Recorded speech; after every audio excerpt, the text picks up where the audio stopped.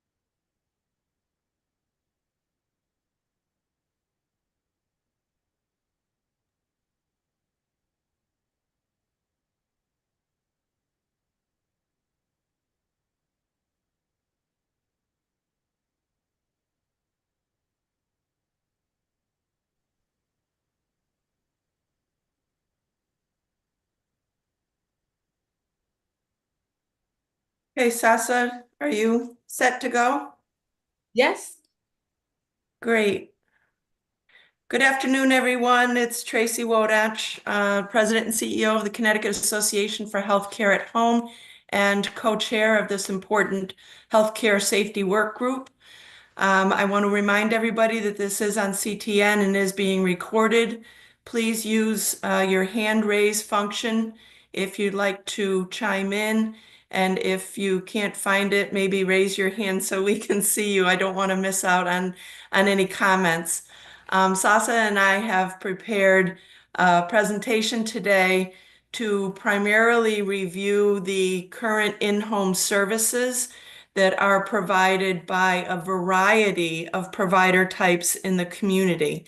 We're going to go through that PowerPoint and then offer some examples from some of the providers who are on the work group. Plus, we have a guest with us today from Assisted Living Services, Mario D'Aquila. As each person comes on, I will ask anybody if you're offering comments or have questions, please make sure that you introduce yourself and your title and your agency or department, et cetera, so that we can make sure it's on the recording. So I am going to, oh, I see Senator Anwar is on. Did you want to say anything, Senator Anwar? Uh, Thank you, Madam Chair. No, thank you for your leadership and thank you for everyone who's serving. Thank you so much. I want to make sure I don't miss anybody. I've got a lot of screens to manage here. Um, okay, I am going to share my screen.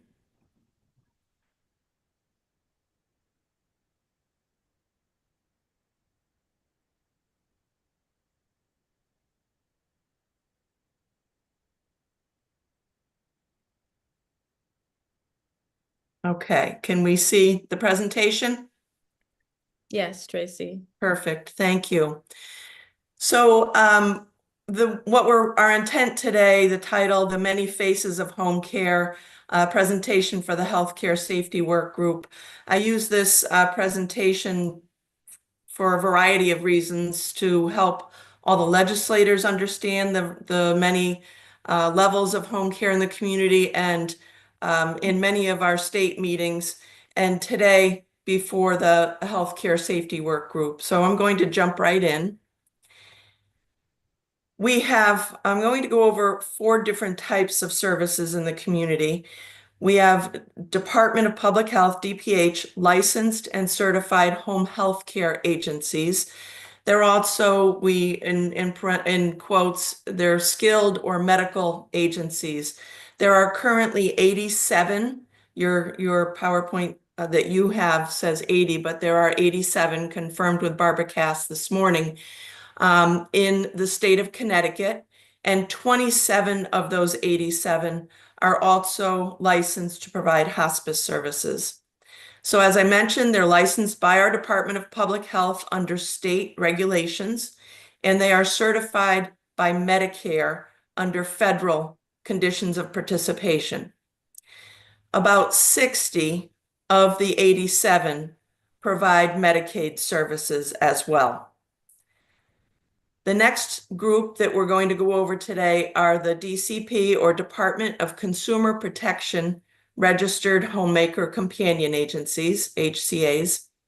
They're considered non-medical, non-skilled, and provide long-term services and supports in the community. Currently, the number that I got last week, there are 1,030 registered homemaker companion agencies operating in the state of Connecticut. And approximately 25 to 30% of those agencies provide Medicaid services under the waiver programs. And then we have self-directed care, personal care attendants, which are state-funded under the SEIU 1199. And I see that Stephen Magro is on the call, so I am hoping that he can chime in when we get to examples and add any details that I might have missed. And then lastly, privately hired caregivers, who are simply, I could hire my next door neighbor who doesn't work for an agency if I'd like that person to care for my loved one. So I'm going to get into some details around each of these provider types. The DPH licensed home health care agency is a full service medical agency that provides mostly intermittent skilled care. And by intermittent, I mean they go in and out of people's homes for short visits to take care of the tasks, the interventions that are specifically in the care plan under physician, APRN, or PA orders. Those would include nursing, therapy, physical occupational speech, and social work, as well as a home health aide for personal care. As I mentioned, all care under this type of agency must be under the orders of a physician, APRN, or PA. And the regulatory requirements to initiate care are within 48 hours of the time that we receive our referral. That's very important when we think about the safety work group and all of the information that we are required to obtain and inform our staff in order to provide a safe plan of care. So beyond the traditional medical, surgical type post-acute care, those patients coming straight out of the hospital, maybe with a medical concern or just having had surgery, these home health care agencies may also provide specialty services such as hospice for those nearing the end of life, behavioral health, continuous skilled nursing for medically fragile pediatrics and adults. I'm going to give some examples of each of those types. Medical, surgical, post-acute care. Examples might include heart or respiratory failure, post-surgery, wound care for assessment, education, medication management. Many of our visits are directly connected to the need to help people self-manage their care in the community. And then if they can't self-manage, to help them figure out what assistance they need for a more long-term ability to stay in the community. But we are more the post-acute, upfront medical services in the community. And then we have rehab therapy, which is for strengthening mobility, a lot of safety interventions and education, and then post-surgical rehab. Tyler, do you have a question? Or I don't know if you want to stop in between each of these. I'm seeing hands up.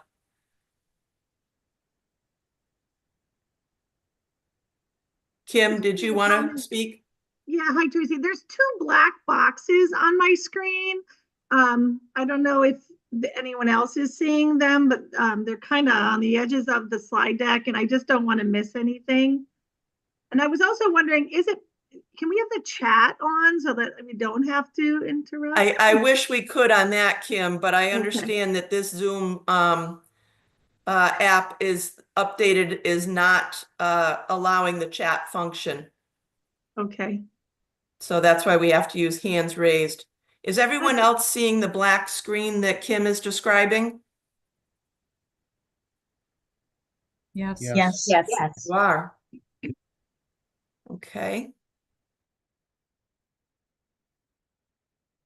Should I stop share and It maybe I'll looks close the like rest of my There's screens? probably something else open on your screen, maybe. Yeah, I'm going to close all. I apologize. No worries. I just don't want to miss something. No, I'm glad you brought it to my attention.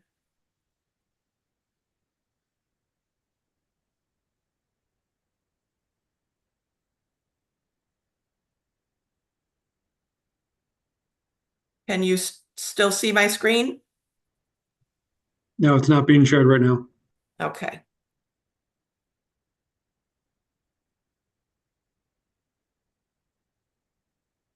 Hmm.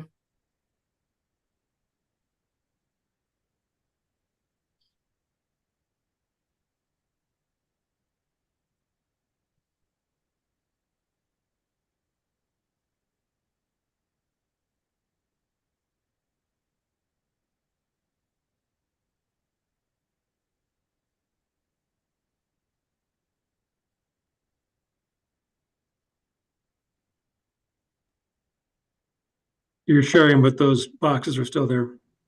Boxes are still there. Okay. Way, something changed, so I think we can all see it now. Even though there's a box on the side, we can see all the words. So Tracy, I think you're good to. There you go. Okay, I minimized the screen. Sasa, please make sure, if you would, keep an eye on any hands being raised, and stop me if it's something that we need to hear from people. Okay, And I'm happy so I to- went over rehab therapy, and then next specialty, behavioral Tyler? health. This is an Tyler, did you extremely, have a question?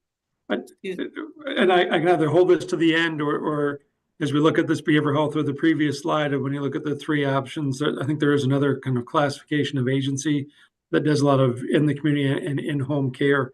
And that's agencies such as Intercommunity, where I work, where what we do is in-home behavioral health services that are not necessarily have the same requirements as you're talking about, but still have a quick turnaround where clients that are relatively unknown to us are met out in the community or in the homes by caseworkers, peers, and other folks that do invaluable work by creating that connection in the home.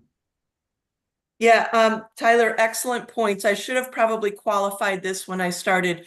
What we're presenting today are the long-term services and supports and the post-acute home health and home care services that are provided by the providers that I described.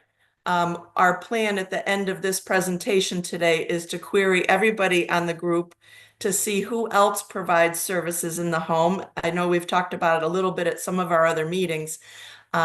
So then we will have, I believe Sasa and I are looking at the next meeting, having all of those providers. I know DMIS, DDS, DCF, your group, there's a lot of people that also are in the community. So it's important for us to make sure we have that big picture of all of the services so that we can make accurate and practical recommendations to enhance the safety of those workers.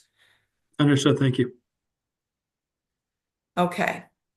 So then under behavioral health, as I mentioned, extremely important that we have good support systems in the community, and our licensed home health providers under orders, under physician, PA, APRN orders, provide supportive psych nursing with medication management or administration for those with serious and persistent mental illness or substance abuse.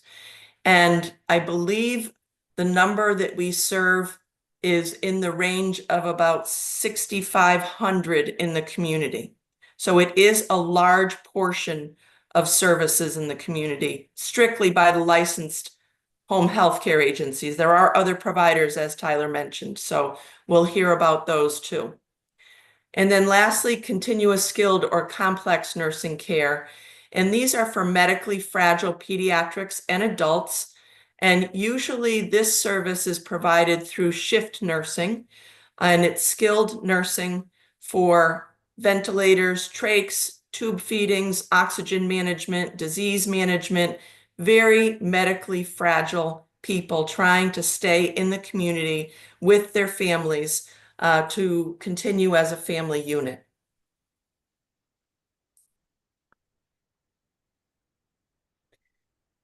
So for these home health services, as I mentioned, they're mostly intermittent, and they may be paid for by Medicare, Medicaid, private insurance, or privately paid by the client. The post-acute intermittent services that are the most common in the community are usually Medicare, some Medicaid, and private insurance. However, and hospice as well is the same. And then behavioral health and continuous skilled or complex care nursing is predominantly Medicaid services. The state and federal oversight is our Department of Public Health, who surveys our agencies for both their license and for their Medicare certification and recertification. And these services, the agencies that provide the services, are required by OSHA under the General Duty Clause to provide a safe work environment. It's important to note, I know we're not talking a lot about funding, but it's important to note a couple of changes in home health care over the years. The funding challenges that can impact care of the Medicaid population. Back in 2016, behavioral health services, the visit rate that we get for those services was cut by 15%. And then in 2017, there was an elimination of something that we used as add-on rates, and they were used specifically for high-risk cases, perhaps for escorts, for extended care or continuous skilled nursing, AIDS, those with AIDS, and maternal child health. So that was those rates were eliminated in 2017. Additionally, we've had flat funding with no increases for 22 of the last 24 budget years, except for some minimum wage adjustments for non-professional staff, that would be home health aides under home health services, some ARPA funding, and then 1% each in 2007 and 2014. I'm going to transition over to licensed hospice agencies. They are licensed first in Connecticut. We are the only state that does it this way. They're licensed first as a home health care agency, and then they must have an additional license to provide hospice services. Hospice is also a full-service medical agency like home health. They offer care and support for terminally ill patients with a life expectancy of 6 months or less, and they also offer support for their families and loved ones. It's a specially trained interdisciplinary team, all the members that I already mentioned under home health, plus spiritual support, additional social work trained in end-of-life care, bereavement and grief services, a strong support from volunteers, a volunteer network, and then specially trained home health hospice aides. The most common diagnoses, I want to make sure people don't just automatically think of cancer for hospice. Most common diagnoses include end-stage chronic diseases such as heart, respiratory, neuro, renal, or kidney, Alzheimer's and dementia, and a wide variety of cancer diagnoses. One of the things that I know Barbara Pierce from Connecticut Hospice has already vocalized on this group and throughout public hearing time regarding the safety portions of this bill is the challenge with late referrals. We have in Connecticut an extremely short length of stay for hospice when you compare it to other states across the country and to the national average. We rank actually the last I looked, we were third from the bottom, third to the last in short lengths of stay, meaning that people come onto hospice very, very late in their terminal illness in Connecticut. So if this safety work group is considering any recommendations for hospice, we must be very cautious in considering any recommendations for additional screening that may ultimately delay care. So we have to make sure we make practical recommendations. And then hospice, like home health, also has a maximum of 48 hours from the election of hospice care to the initial visit. I will tell you that our hospice providers do everything they can to get out there the same day that hospice is elected, never mind 48 hours, because it's of our short lengths of stay and the importance of making sure that we are seeing the patients as soon as that decision is made so we can provide the comfort and the expertise and the support needed for end-of-life care. Services may be paid for by Medicare, Medicaid, and private insurance. And predominantly, it's almost 99%, it's about 98.2%, I think, are covered by Medicare in the state of Connecticut. Again, it's state and federal oversight, licensed by Department of Public Health, certified by Medicare, and all surveys go through our Department of Public Health or an accrediting body. And they are also, hospice agencies are also required by OSHA under the general duty clause to provide a safe work environment. Now I'm going to transition over to registered homemaker companion agencies. Homemaker companion agencies are a registered business under the Department of Consumer Protection, or DCP. Currently, over 1,000 are registered in Connecticut. I gave you the number 1,030 is the last count that I got this week. And effective back in 2006, they're an agency that provides services for homemaker companion, and they must be registered as an employer. Hence, they have to also comply with the OSHA General Duty Clause.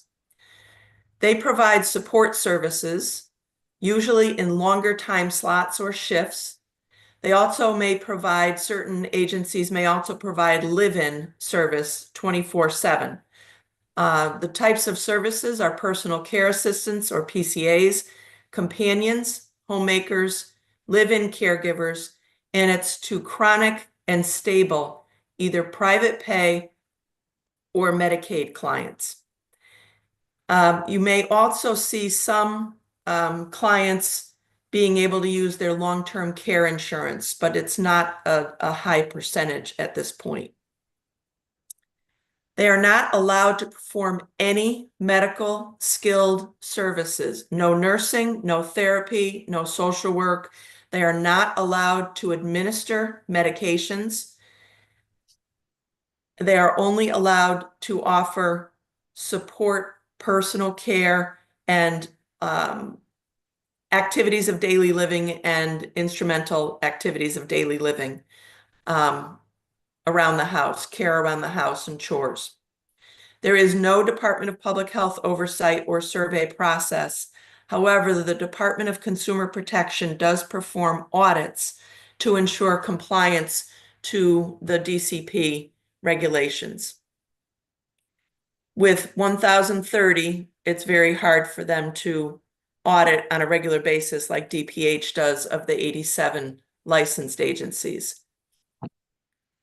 Back in 2023, I was part of a work group, the Homemaker Companion Work Group, and we proposed legislation which did end up passing to move this level of care from the Department of Consumer Protection over to the Department of Public Health for enhanced oversight. That process is still in the works. A plan has yet to be developed, but it is being drafted. So we do believe that this transition is still several years away, but in process. So currently, they are registered under the Department of Consumer Protection. They do not follow medical orders. It's a non-medical support care in the community. Next level is the self-directed personal care under SEIU 1199. It is a state-funded option for consumers needing support care at home. The consumer themselves needing the care is the employer who hires the staff and directs all care.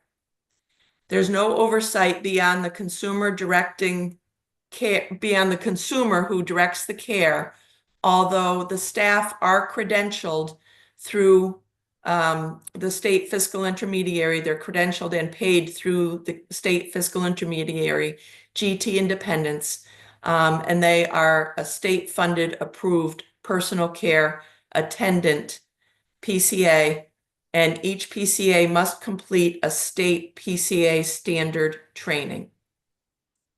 This level staff there's no agency model in between, so that homemaker companion agency that I talked about, there's no agency model for oversight.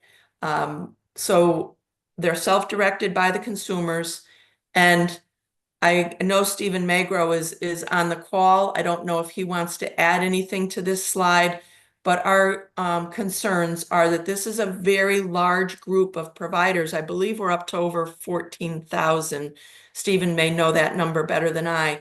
But because of the self-directed care, the concern is the risk level and they don't have an agency support model. So we want to make sure that we don't forget about this group of personal care providers when we're looking at our safety recommendations.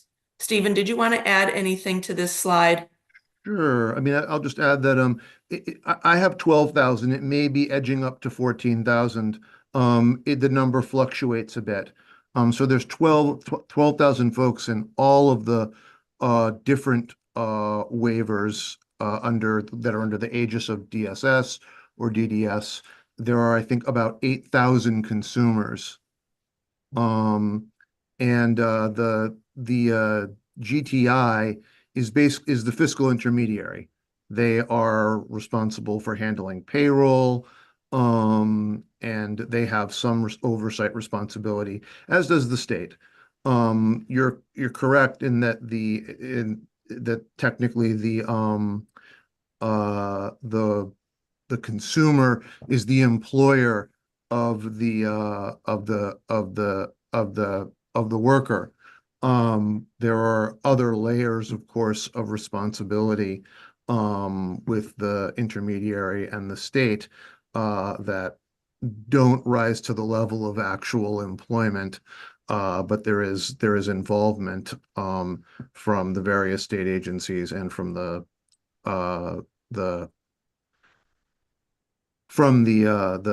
payer of record, GTI. Yeah, I'll just leave it at that. Thank you. The last group that we wanted to cover under our section today are the privately hired caregivers. I mentioned at the beginning of the call that if I needed help for myself or a loved one, I could easily just hire somebody that I know by word of mouth. They don't work for an agency. They're not with SEIU 1199. It's just somebody that I know would like to offer services. So consumers can hire their own caregivers privately. There are no regulations or requirements, as the consumer is the employer and sets the rules, the care plan, and trains that person. And again, there's no OSHA general duty clause requirement for that.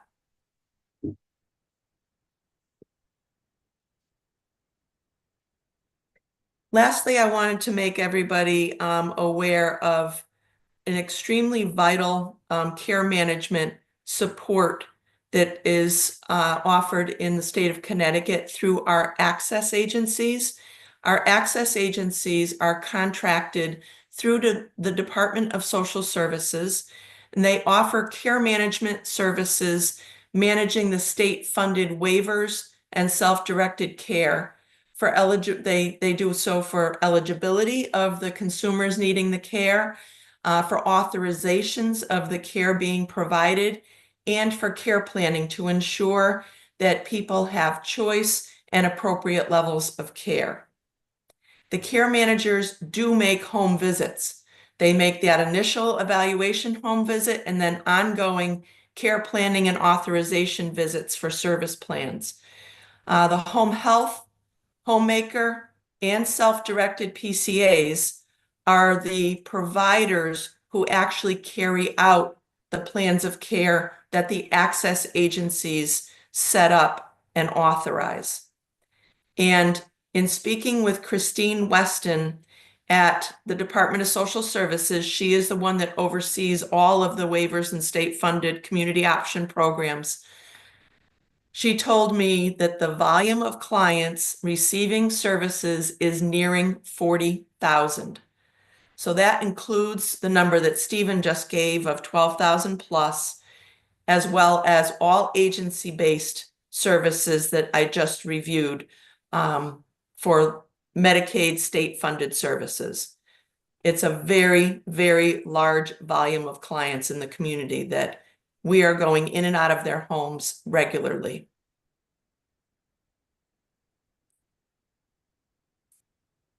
So why are we all here? We're all here because, unfortunately, extremely unfortunately, the tragic murder of Joyce Grayson, visiting nurse, home health nurse, back on October 28th. We're just a couple of weeks shy of her death anniversary. And ensuing her death, we quickly got to work to create legislation, which we all know was signed into action as Public Act 2419, formerly Senate Bill 1. Now, when all of you came to your first meeting, Representative McCarthy-Vahey and Senator Anwar went over the tasks of the work safety group, but I'm not sure that we all heard about the home health, about the sections 1 through 4, which directly impact home health. So I want to make sure that you're aware of what did get passed. This is a very shortened version. If you'd like to read through the details of it, you can see, you can Google Public Act 2419 and read through it. But essentially, sections 1 through 4 of Public Act 2419 impact our licensed home health care agencies only. They do not include hospice. They do not include homemaker companion or self-directed care. Section 1 requires some new intake screening criteria for, oh, I'm sorry, this doesn't quite make sense. I apologize. So it's new intake screening criteria that when we get our referrals for home health cases, we get our referrals from many of you who are on the call. We get them from the hospitals, from nursing homes, from doctors' offices, from the clients themselves, from clinics, from the Department of Corrections, DEMIS, et cetera, down the line. We get our referrals. The access agencies make referrals to us. So now we have additional screening requirement where we have to collect data to determine risk levels of the patients that we are going into the communities to see, as well as the locations of care, the risk of based on the locations of care. This section 1 went into effect on October 1st, so just a week and a half ago. Section 2, our health and safety training curriculum. We have to do annual training of all of our staff, onboarding, orientation, as well as annual on health and safety training requirements, specifically called out in OSHA and CDC training guidance, using that as a reference, as well as supplementing in whatever additional training that our home health agencies put in place. And we're also required to do monthly staff safety check-ins. So making sure that our staff that are going out in the community feel safe. If they do not feel safe, making sure that they have an open avenue to report any concerns, risk levels, making sure that we as employers are supporting them with a safe plan of care. Next is Section 3, and this is supposed to be in place by January 1st of this coming year and annually thereafter. The Department of Public Health has to create a reporting process by March 1st. And then we will be reporting to DPH any instances of verbal, physical, sexual abuse by the client, the patient, to the staff member, along with actions that each agency took to try to ensure staff safety moving forward. By March 1st of 2025, DPH has to report those trends to the legislature. So the reporting process goes in place January 1st, reporting out to the legislature by March 1st and annually thereafter. And then Section 4, again by by January 1st, 2025, the Department of Social Services has to create a safety initiative grant program, which they did. Department of Social Services put out an announcement for applications. We had 40 home health agencies qualify or applied who were eligible. That left about 27. You heard me say there was 60 plus who provide Medicaid services in the community. There were about 25 to 27 who did not apply, who DSS felt might be eligible. So we are working on a process to try to ensure that they still are eligible for any future rounds of grant funding. And the grant funding is specific for certain safety initiatives such as devices, escorts, training, just to name a few. And then as of January 1st of 2026, the Department of Social Services then and annually thereafter have to report to the legislature the number of applicants and the awards that were given and how the funds were used. And then lastly, in Section 6 is the work group that you're all on. And as you know, our task is to offer recommendations to the legislature by January 1st of on or before January 1st of 2025. Okay, I'm going to stop for 1 minute to see if anybody has any questions. Sasa, I'll ask that you monitor the questions, and if not, we're going to go into some very specific risk scenarios that our providers face or have faced. They're going to give some examples. Sasa, anything coming through? Nope, no questions. Okay. So let's start, oops, I'm sorry.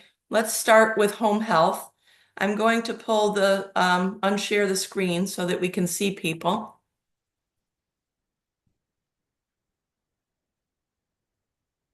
Okay. I'm going to first go to Chris Pankratz. And Chris, if you could introduce yourself and the type of services you provide and any kinds of examples and things that you want to share.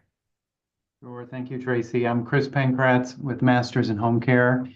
We are a licensed and accredited home health care agency. So as Tracy described, the services we provide are medical services to patients in their homes, much like a combination of what a nurse or therapist would do in a hospital, or even what a project manager might do in an office. But our staff are really committed to providing care in all sorts of environments. And some of the examples I'm going to briefly mention are going to describe some different scenarios, but we're stepping into situations that can be unpredictable and challenging. And again, their staff, the clinician's focus is really on delivering the necessary medical support wherever the patient is. So that could be a neighborhood with safety concerns, or a home with complex dynamics. Staff are probably more aware today of the potential risks than in prior years, and their priority is really, though, the health and well-being of the patient. So that often means in these sorts of scenarios, they're putting themselves in environments that others might avoid. So we try to, we provide training systems and other things to, so that they can take precautions, rely on that training, and maintain their professionalism as a medical professional while balancing this compassion and dedication to patient care. So I've compiled some from my agency that I feel are pretty applicable. The first area is in just getting to and from the patient's home. We've had a significant number of instances where a clinician has been, their car has been struck by another car. We had one last week where a nurse was literally finished a visit, went outside to their car, parked on the side of the street, was charting. They were rear-ended by an intoxicated driver, and they had to seek medical attention as a result of that. We've had people hit from behind at red lights. We've had people back up and back into people. All sorts of, and this is not any particular area. This is really statewide. We're talking New Haven, Hartford, West Hartford, Bloomfield, Bristol, all over the place where these accidents have occurred. So that's the first area. The second risk and challenge for the staff is animal related. We've had a number of instances of dog bites where in one instance a dog ran out of the house and the clinician was standing up on the stoop, and it actually caused her to fall off the stairs leading up to the house and back into a fence. Another instance, a dog was present where an OT normally goes into the home, is usually very friendly, but that day was not, and bit her on the hand. We've had dogs literally run out of the house and bite an employee on the leg. So that's the second. And this is all before we even get into the home. So once we get into the home, there's obviously environmental issues as well as the human factor of the patient, anyone else who might be present in the home. We had a home health aide who was providing care to a husband. This was routine care, a patient that she had been seeing for some time. The wife got upset and bit the employee's arm. We've had, and again, that was in a private residence. Very recently in an assisted living facility, which is a facility that has others involved. It's there's people around. We had a therapist providing care for a patient, and someone else was in the room. The client just became agitated. It was like a light switch while they were providing these services, swung and hit the therapist in the stomach. They tried to hit the person in the mouth. They spit on them. They yelled profanities at them. These sorts of instances, and these are things that you can only screen so much for. So the reason I'm giving these examples is I think that they're a good overview of the sorts of challenges that are faced by our caregivers. And when we look at trying to develop screening requirements and systems that we might be able to put in place to assist our clinicians in maintaining being as safe as they can, as well as maintaining safety for the patient. These are real life scenarios. We've had nurses go into a home and there's a handgun on the table. We've had nurses cleaning off a table to create a clean workspace and there was a needle, underneath items that they could not see. So they ended up, having a finger poke as a result of that. So these are lots of different scenarios, staff. And the last one is we've had an incident also where a staff member went down to a basement where the patient said that that's where they live, that's where they're providing care. And there was others in the home. These are not safe scenarios for an individual who, again, is operating typically in isolation as a medical professional. So those are some examples if anybody I don't know, if anybody has any questions or any, or if they'd like me to clarify anything.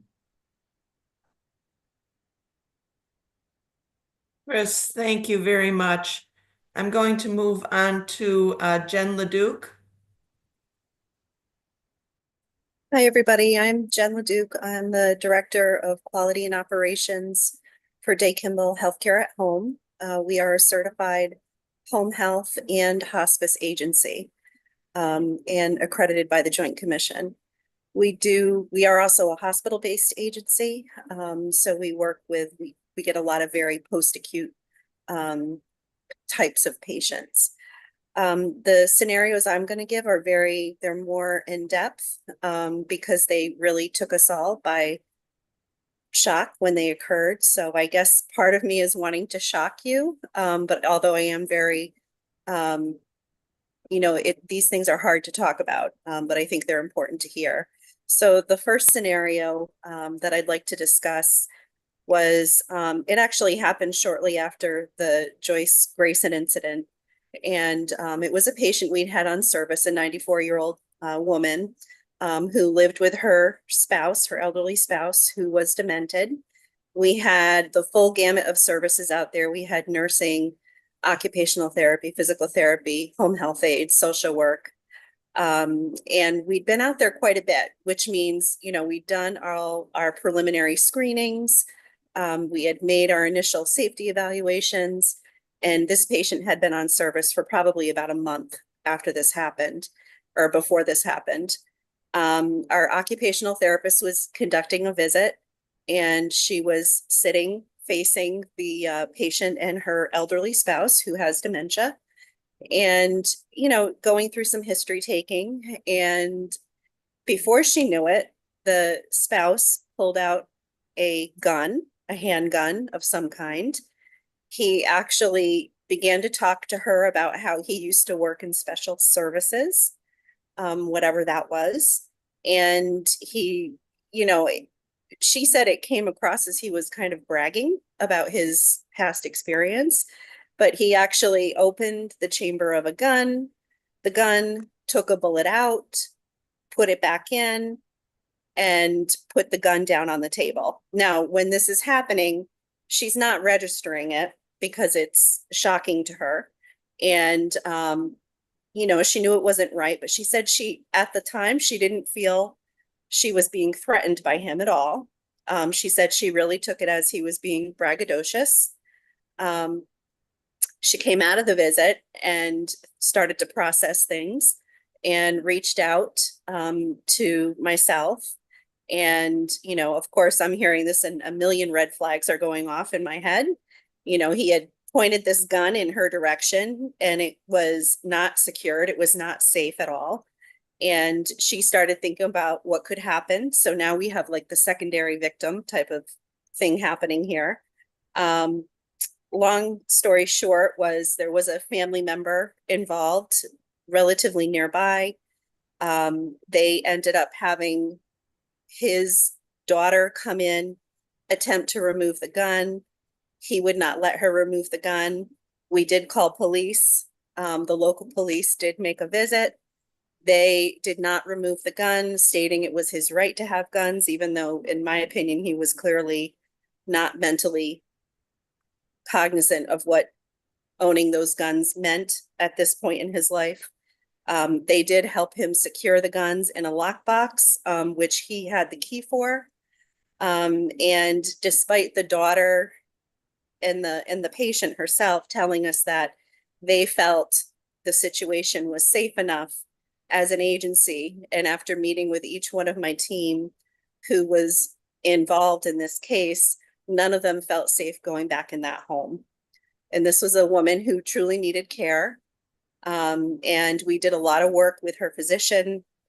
We referred to protective services, and we were able to get her set up with some outpatient services where there was a security presence, which was great. But I mean, in reality, it's not really what she needed. She needed someone in the home because it was challenging for her to get out of the home. So that was very shocking for us. And, unfortunately, we could not guarantee the safety of our team in that situation. The next scenario is involving this is very recent. This was just last week that this happened.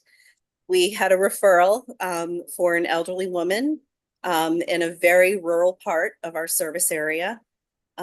She lives normally with her elderly husband, who was presently in a nursing home, one of our local nursing homes. He had an infected hip or something, wheelchair bound. She has dementia. They have neighbors who are acting as their private caregivers. They are doing it. I don't know if they're being paid or if they're doing it out of the goodness of their hearts, but they're coming in every evening to set up meals for this woman, you know, see to some of her basic needs, because she's alert to who she is. She has no awareness of the scenario that she's involved in.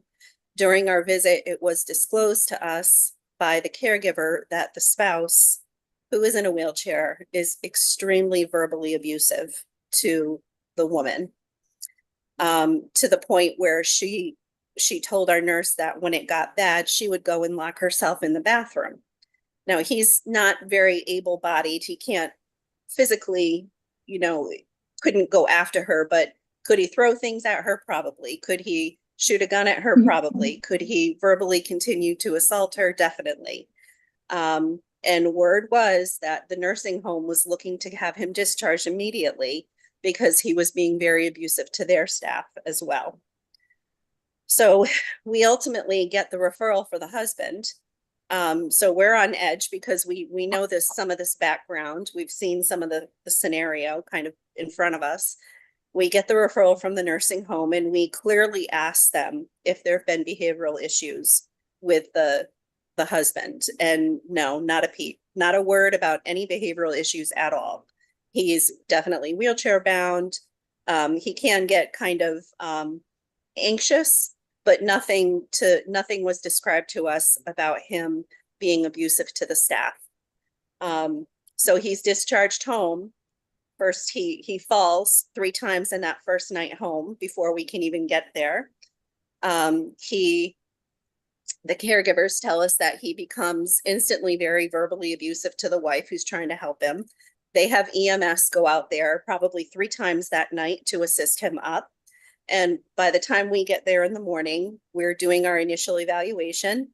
He's clearly not safe to be home. He refuses our service. He refuses to go into the emergency room to be evaluated for this infected hip and all these falls that have been happening.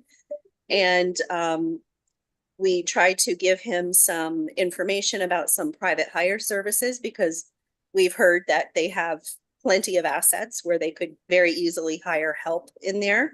But the problem is these people would probably be subjected to abuse as well.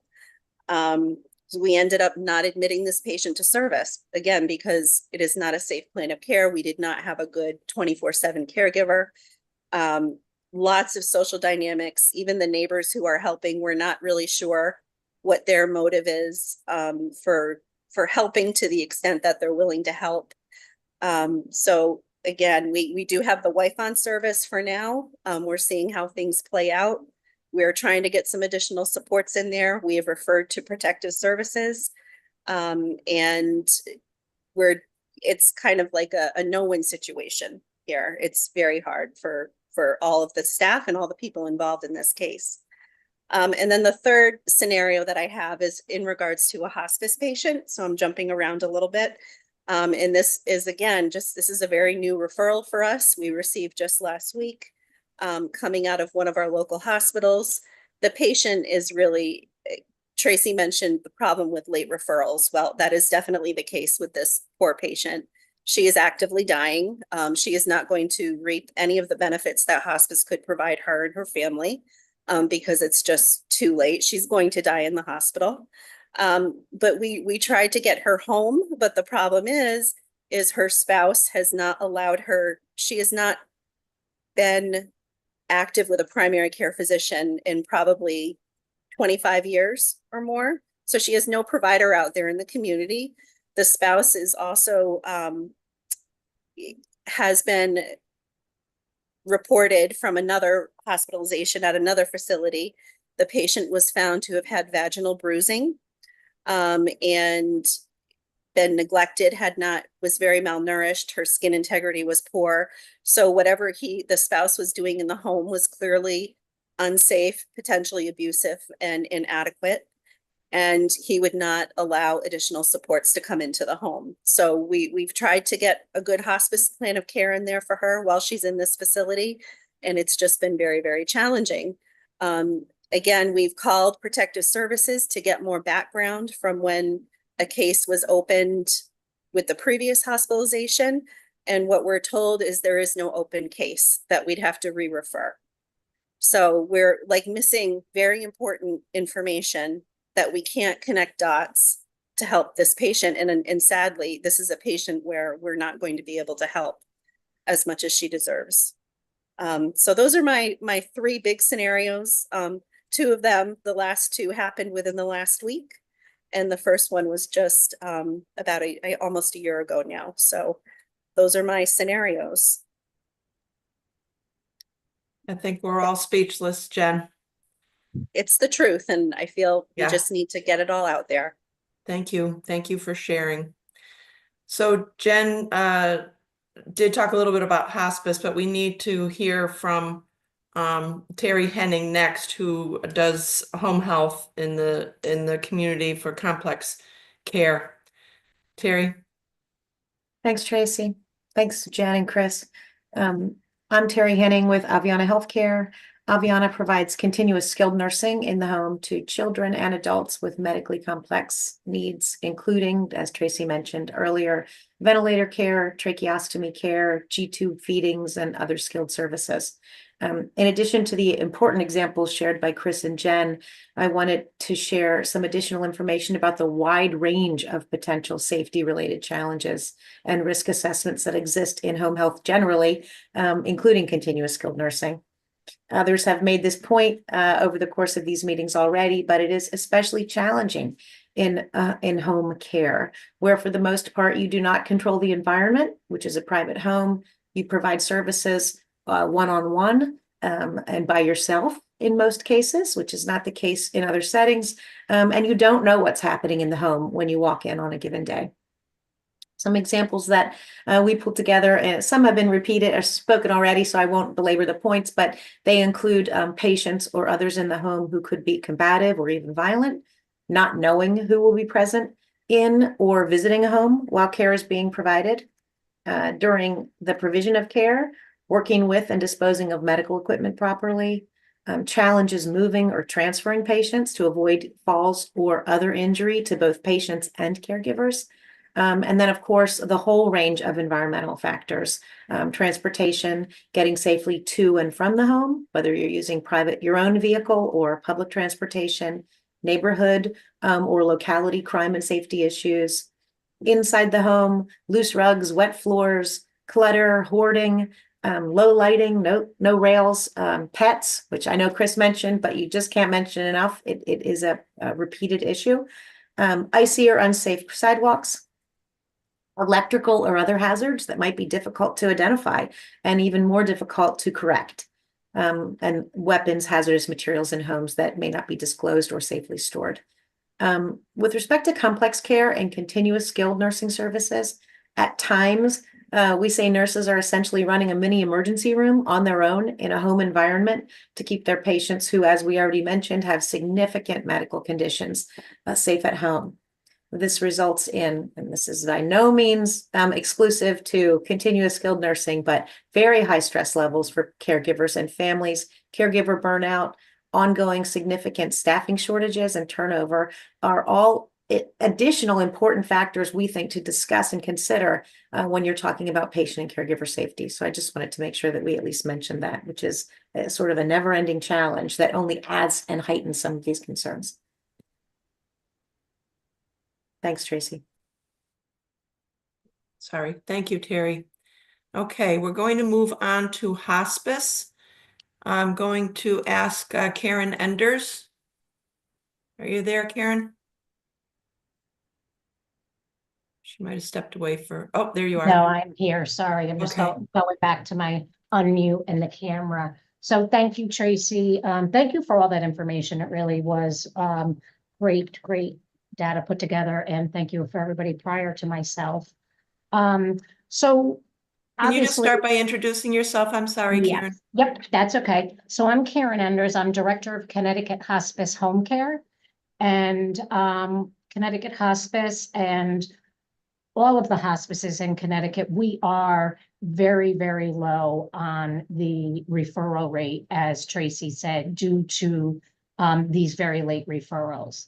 With these late referrals comes the problem and concern of these background checks that are important, but this will lead to access not provided to individuals needing hospice care at end of life.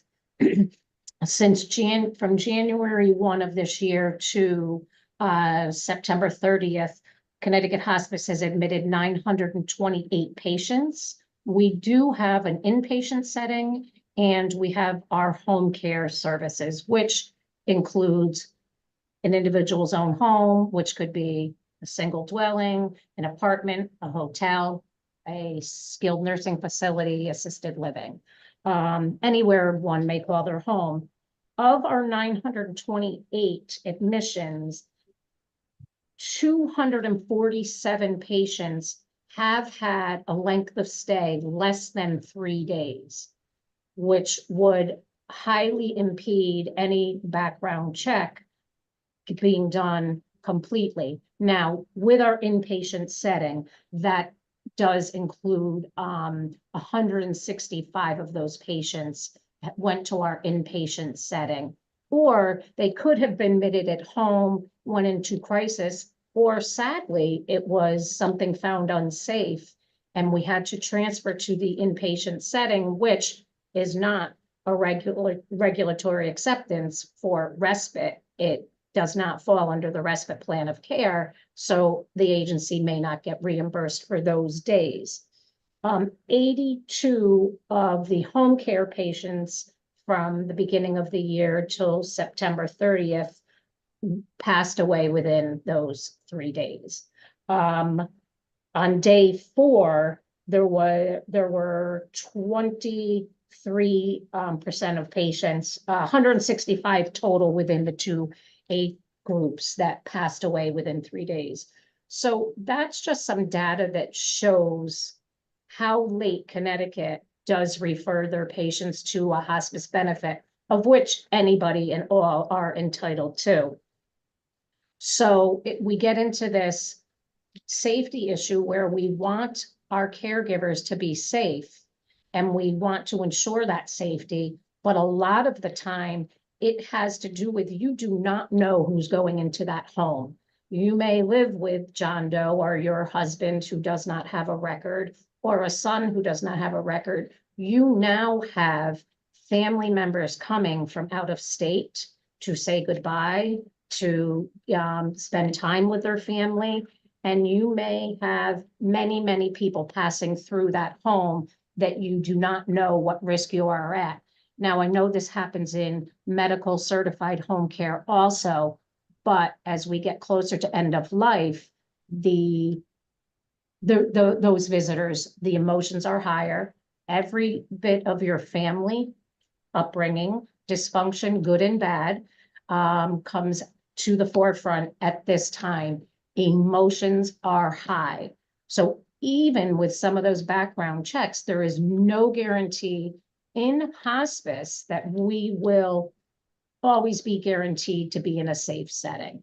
I've had, through my 20 years of hospice, more years of nursing, but 20 years of hospice, I've had several incidences where we've had a family member close the door with a caregiver, one of our caregivers in the room with a patient and a dog that the caregiver was afraid of, and the dog was vicious, literally closed the door. We've had drugs on the tables. Again, you are not going to see this often until after the fact. But what do we do for those individuals that deserve this care, need our care, and we're caring people, nurses, doctors, aides, anybody in the healthcare system. We're very caring. But as hospice, we really are going to do almost everything we can to continue to provide that care. So what then happens is, do we do contracts with a family member?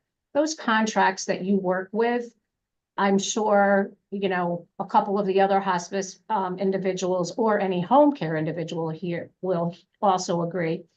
There are family members that just are not going to abide by that contract. We can discharge for cause, but does it always work? Now what happens with that individual? And if something does happen in the home, it puts the agency at risk. No offense to our Department of Public Health, but the agency is then the one that usually takes a big hit because something happened. And what did you do? What were your steps? And you're under this microscope and you're working so hard to do everything you can for that patient and the family. And something goes wrong, but you're the one that agency was incorrect. There's always a finding on that agency. I'm sure it's so sad what happened to Cromwell a couple of weeks ago. Again, I know this is different, but what's going to happen to that agency? There's going to be something, and you can't predict everything. You cannot. I don't know anything of that case, of course.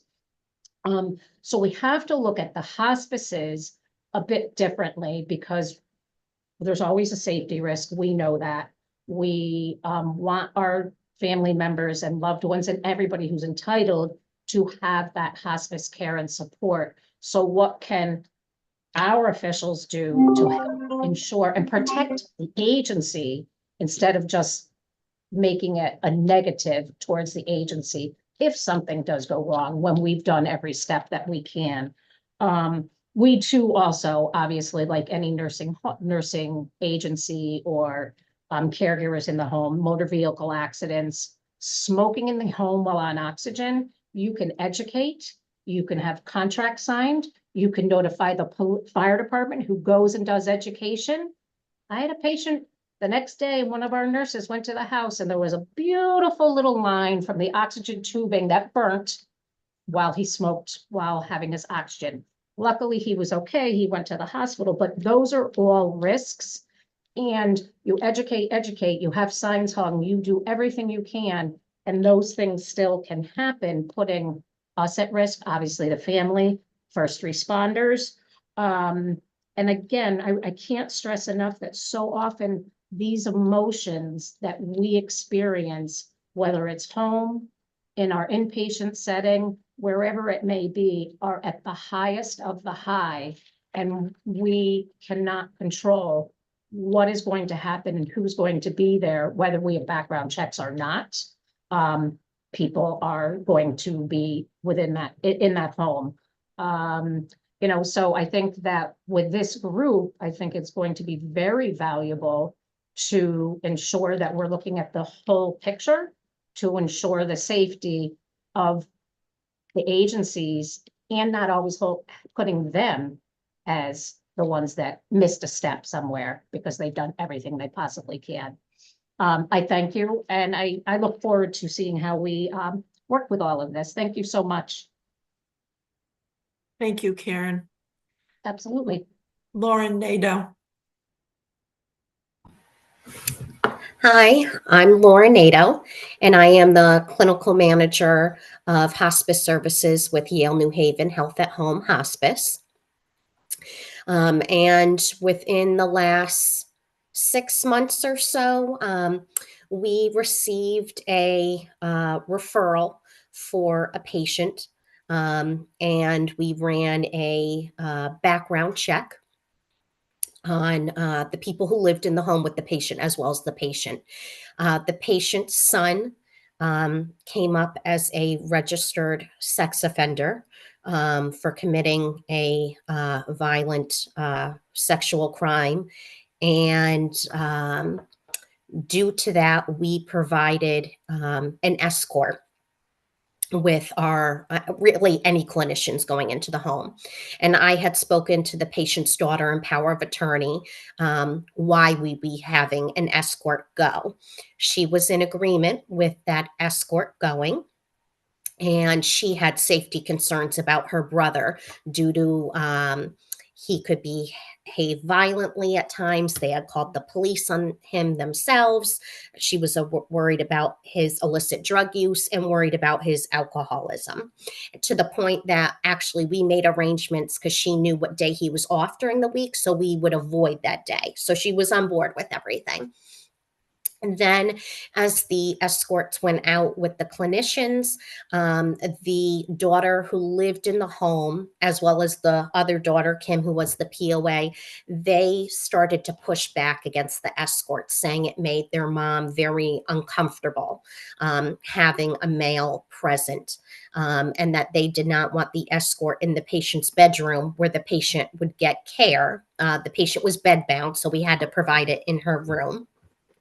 And we explained that we could have the escort in the hallway, but they had to maintain a line of sight on the clinician at all times. So we were doing that for a little while. Then as time went on, there was more pushback that we will not have any escorts in the home from the family. So I explained to them that if we did not have an escort coming in, we couldn't guarantee that our clinicians were safe. And that I understood that although it might make her mom uncomfortable to have security present, it was necessary. And unfortunately, we did have to discharge that patient. And we did a lot of communication with the doctor, and actually the physician, who I know well, and she's wonderful. She was very surprised to find out that the safety risk was in the home, because both she and her APRN had been going alone to the home over a long period of time, and they had no idea about any of this. So that showed some disconnect there. And then the patient was referred to many other hospice agencies. And I can't tell you how many calls I received from other agencies saying, well, what happened? And I had to explain about the safety risk. So you could see that line of communication, wasn't easily accessible for people. And as someone mentioned earlier, that there was a patient's spouse coming home from a nursing home who wasn't appropriate, and that nursing home wasn't forthcoming. Fortunately, we were very forthcoming with everybody because safety is a big priority, but it's concerning that these things can slip or had the potential then to slip through the cracks. So having something we can all access is important. Thank you, Tracy. Thank you, Lauren. Very eye-opening examples. We really appreciate this, everybody, so it can help guide our decisions or recommendations a little bit more. I'm going to transition over to a home care homemaker companion agency, Mario D'Aquila. Mario, do you want to introduce yourself and offer some experiences that your staff have in the community? Sure. Thank you, Tracy. Hi, everybody. My name is Mario D'Aquila. I'm actually the co-owner and chief operating officer of Assisted Living Home Care Services. We're a family-owned and operated homemaker companion agency out of Cheshire.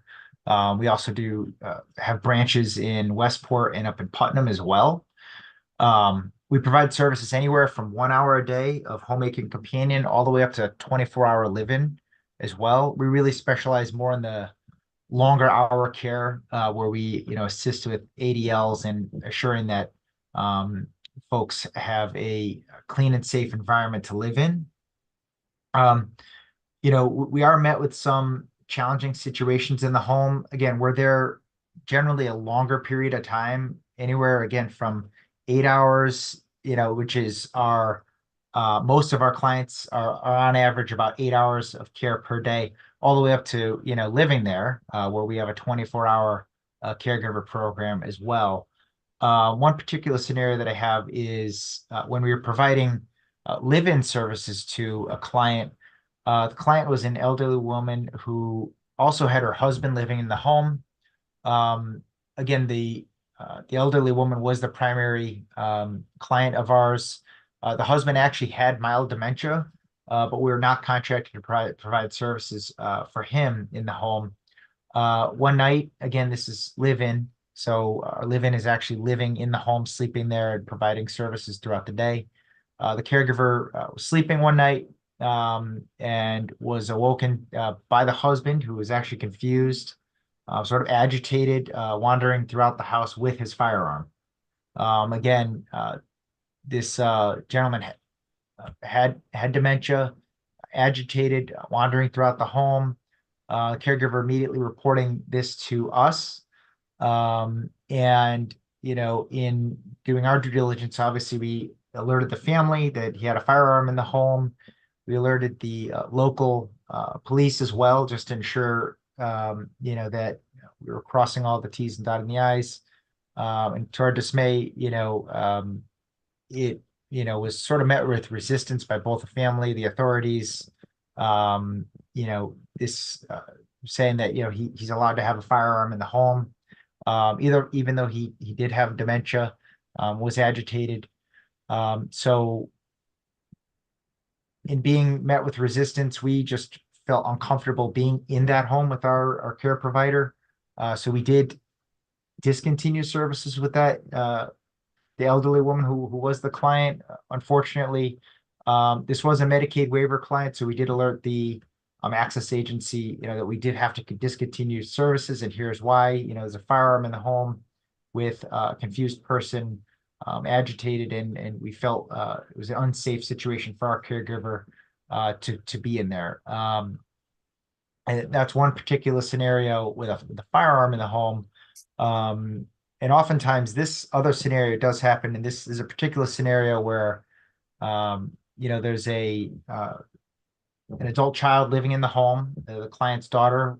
We were providing care. The adult child, the daughter, was agitated one day because of just sort of an argument about how the care should be provided to her mother, where, you know, our caregiver has, you know, a plan of care to follow, doing certain things for the mom, ensuring that her hygiene is cared for. And, you know, the daughter became really physical with our caregiver, actually, not just verbally, but actually physically sort of assaulting her in the home.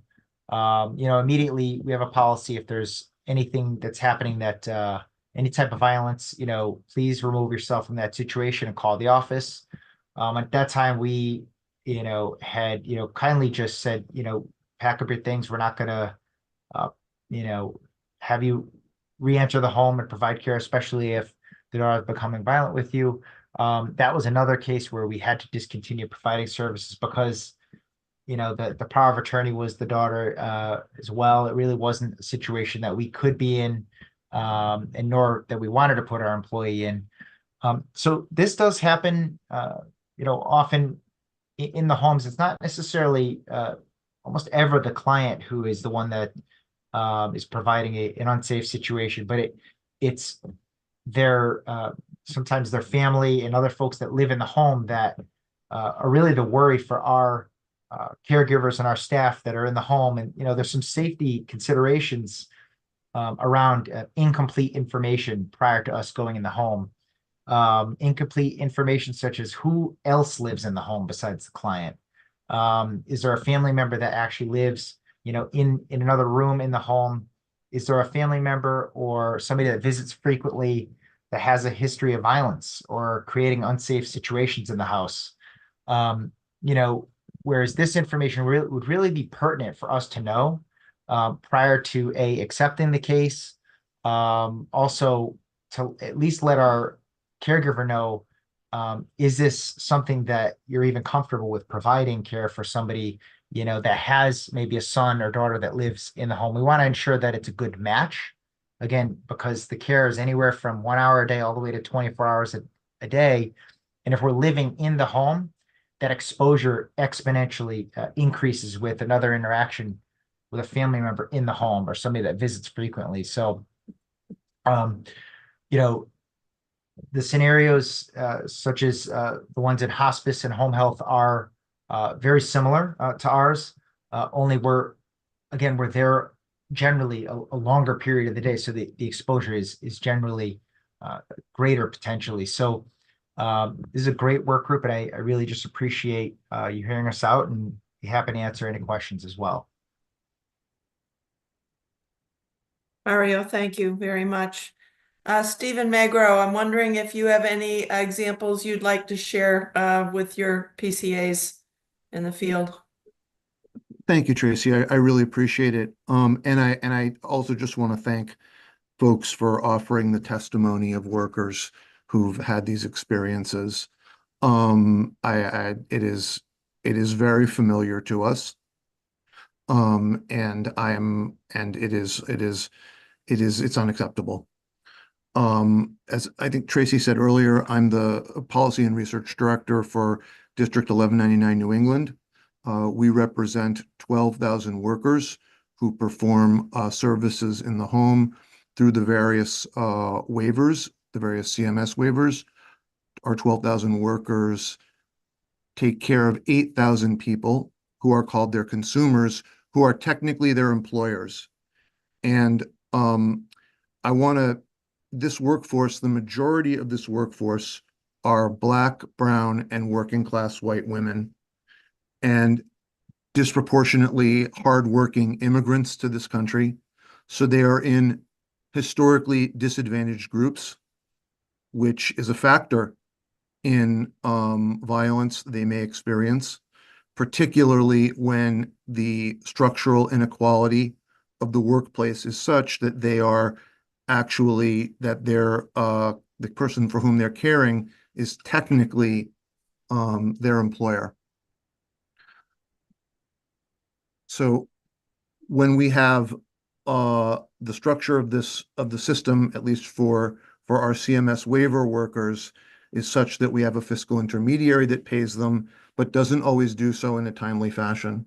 So when you have women who are working class, working poor, who do not receive their paychecks regularly, a non-trivial number of them don't receive their paychecks regularly because of errors, problems. This is really a form of violence. We have workers who are unhoused for periods of time, living in their cars.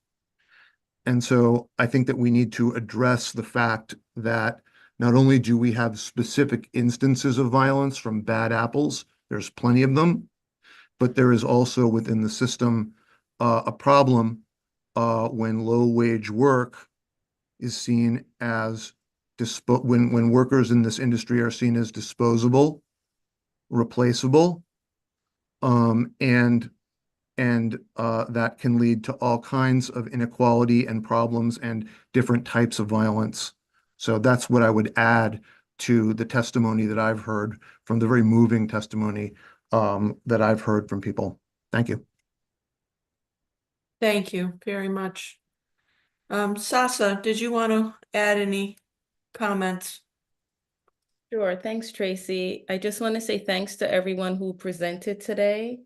All the providers, Stephen, also thank you for participating. And I think it's important to note everything that we heard today. And Stephen, you tie in a great point.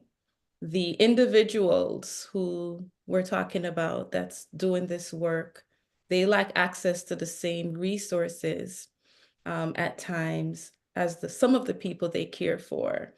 And a part that I would like to touch base on with the next meeting, hopefully, is how, the social determinants of health that the individuals who receive home care and the people who work in home care and some of the owners, the smaller agencies, the agencies that's owned by minorities and women or other people that's, just here trying to give back while experience entrepreneurship, how they may face the same inequities and how the referral loop, how the reimbursement structure. If something I heard a lot today was the multi-generational homes and how there's issues being faced in those homes when one person is viewed as the patient, but there's an entire family behind the door also that may not have access to care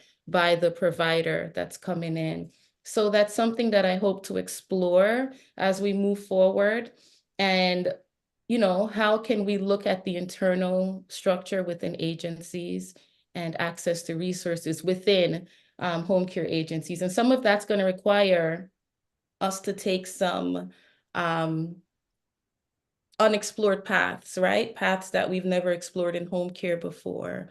So internal resources that an agency can have access to. I heard a little about education also, the education and the competency of the provider in the home. And that's something I hope to explore as we move forward. So I thank you all. And Tracy, I'll yield the floor back to you. Thanks. Thank you, Sasa. A couple of things from our from Public Act 2419 to make everybody aware of. Part of the collection of data on intake screening that I mentioned in section 1 asks that the annual crime rate report for the state of Connecticut be provided to those staff going into any homes, you know, make sure they know what the crime rate is for that area. I will say that the experience of our members as expressed to me, Sasa's expressed it to me as well, and that that crime rate report currently is from 2022. And it really doesn't give you a good picture of anything. It tells you that New Haven and Hartford and Bridgeport and all of the cities that you would expect have a much higher crime rate than others. It doesn't give you pockets of neighborhoods, things like that. So I think maybe that's something for this group to take under consideration. What would be a good process and information to be able to give? Also, the judicial branch website where we can obtain, Karen talked a lot about criminal background checks, where we can look our referrals up to see if there is a risk for our staff. That judicial branch is, it doesn't zone in on any particular person, and especially because of the lookup having to go by birth year and not birth date. So if you have a common name and you put it into the judicial website to look someone up, you could get multiple hits. And I use this example all the time. Our lobbyist is Chris Smith.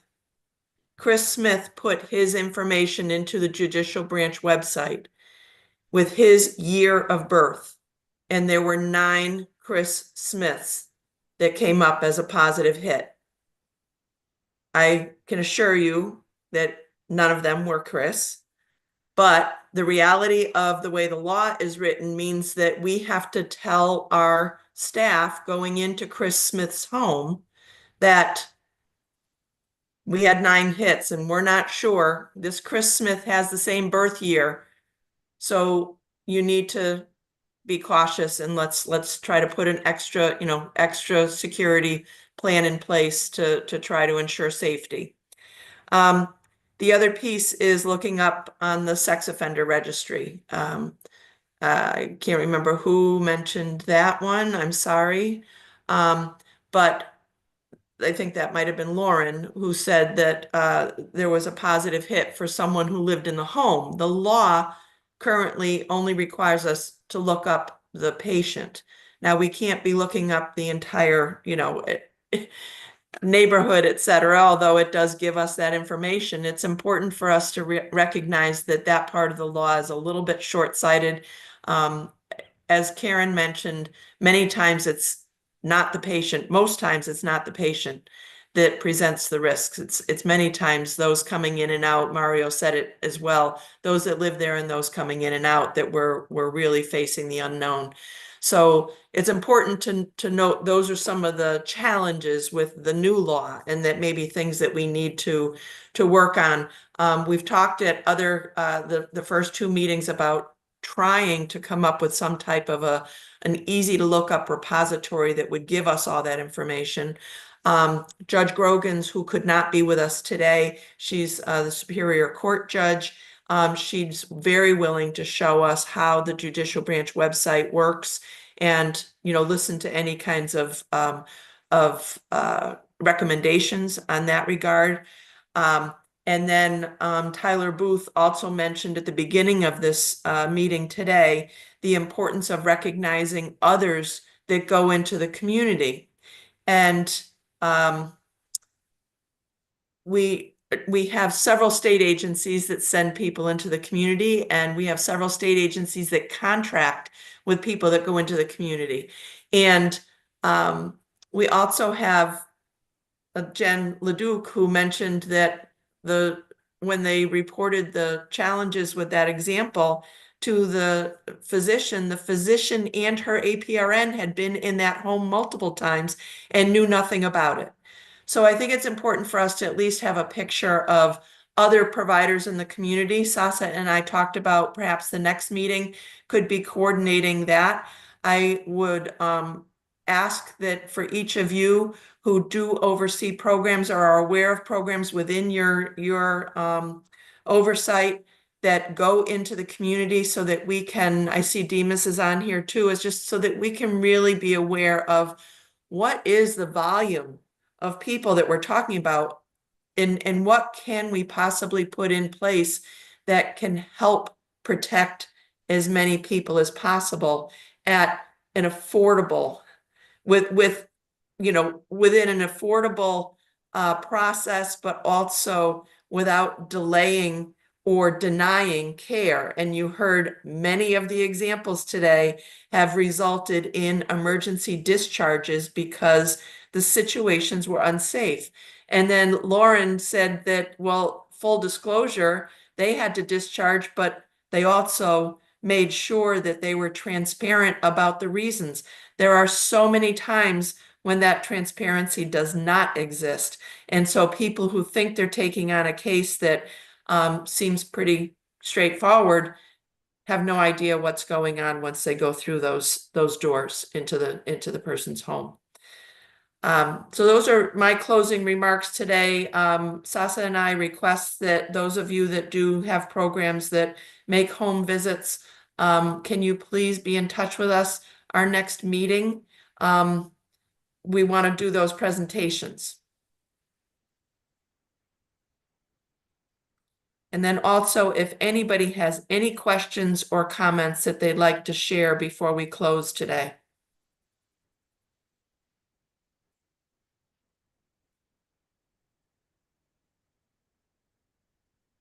Senator Anwar. Thank you so much, Madam Chair. What an important and amazing meeting. I wanted to thank both the co-chairs and everybody who's participating. This is very helpful and appreciate everyone's comments and then the stories that confirm that we are doing the right thing to make a long-term strategy going forward as well. So I wanted to thank you for that. Thank you. Representative Kristen McCarthy-Vahey. Thank you, Tracy, and I will echo what Senator Almar had to say. I think this is extremely helpful.